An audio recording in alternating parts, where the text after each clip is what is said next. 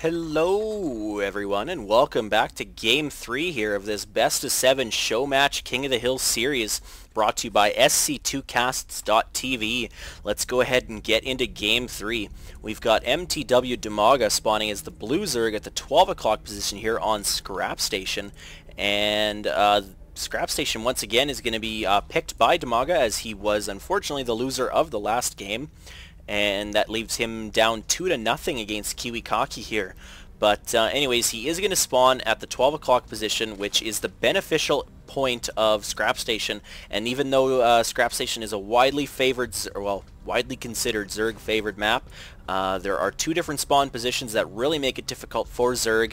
If Zerg spawn in this position, their creep is nowhere near the ramp, and it actually forces them to use two creep tumors to spread the creep to their expansion, compared to where here they could just put one down, and then one here as well.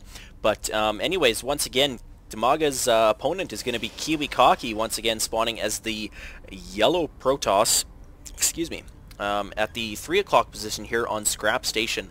And once again, SC2casts.tv, big thanks to them for putting the prize money up, $100 big before US dollars, to the winning player.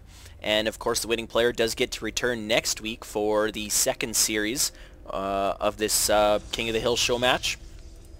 And I think it's going to be 4 weeks total. So hopefully we'll see how that goes, and if the sponsor really likes it, they'll keep on producing. But anyways, Kiwikaki has been playing just fantastic.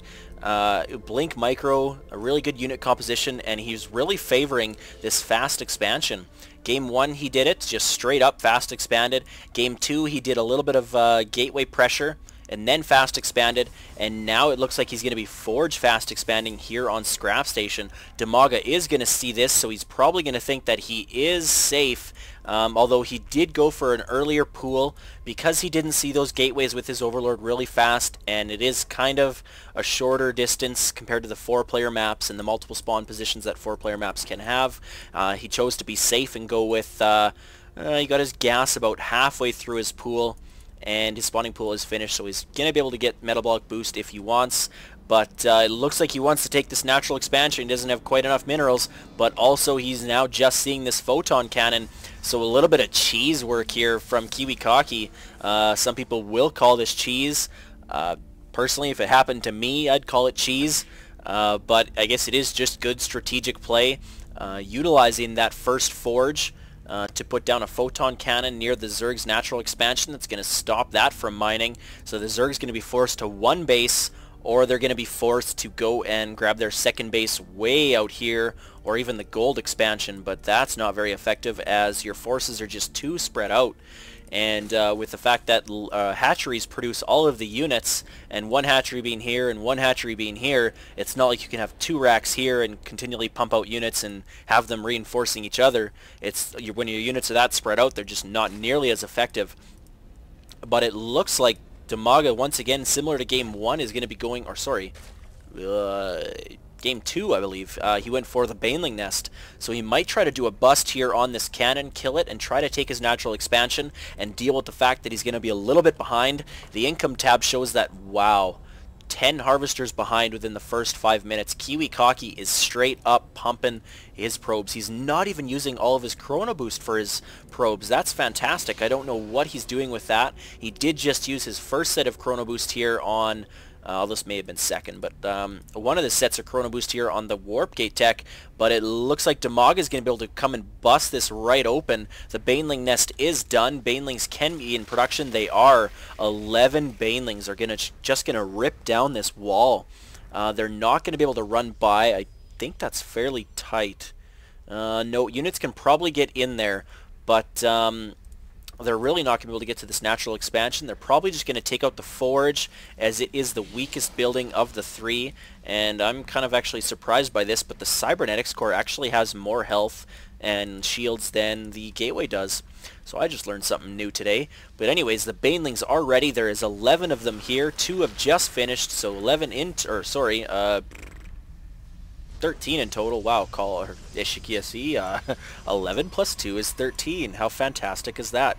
morphing in 2 more, reinforcing with quite a few more Zerglings. He's got, wow, 18 Zerglings here as well, but all of the Banelings, they do blow up on the Forge. There's a few left here, but they're just getting caught up on this force field, and now if Kiwikaki does have enough energy for another sentry, he can throw a few more force fields down, but I don't know if they're going to be out in time. This cannon is almost dead. The force fields are going to come out, and they do get down. Great job by Kiwikaki defending this area with that photon cannon and the force field, warping in 4 sentries at the last second. And that's going to force, and wow, actually Dimaga was probably expecting there to be a fast expansion here, but there wasn't. Look what Kiwikaki's doing. He's got 3 extra warp gates here at the back of his base. Dimaga's probably thinking, WTF, what just happened? Did he trick me into thinking that he was going to be 2-basing and I have to Baneling bust him? But lo and behold, Kiwikaki's on 1 base just like Dimaga is now. The cannon is still up, so he cannot get that expansion up. He's streaming some more Zerglings over, but they're not all coming. Some are stuck here at the watchtower. These Banelings are trying to tuck away into the corner here, but I think Kiwikaki did see them run by, so he knows that they are around. Warping in a ton of Zealots, so really focusing on some Zealot and Sentry heavy play. I haven't seen this since early beta phases when Sentry damage was still 8 instead of 6, but I'm curious to see what's going to happen. Kiwikaki forced to rebuild that forge down here, and he'd probably be smart here to push out fairly soon. Dimaga still coming here with his Overlord, just checking to make sure this base is not up. But I don't know if Dimaga maybe thinks that there's a ninja expansion somewhere. He has not checked anything besides the Xel'Naga Watchtower, his natural expansion, and now Kiwikaki's natural expansion as well. The Zerglings backed with Sentry support and a couple Stalkers are pushing out, trying to find those 2 Banelings probably that he did see run by. He knows they're still there. He knows they didn't die.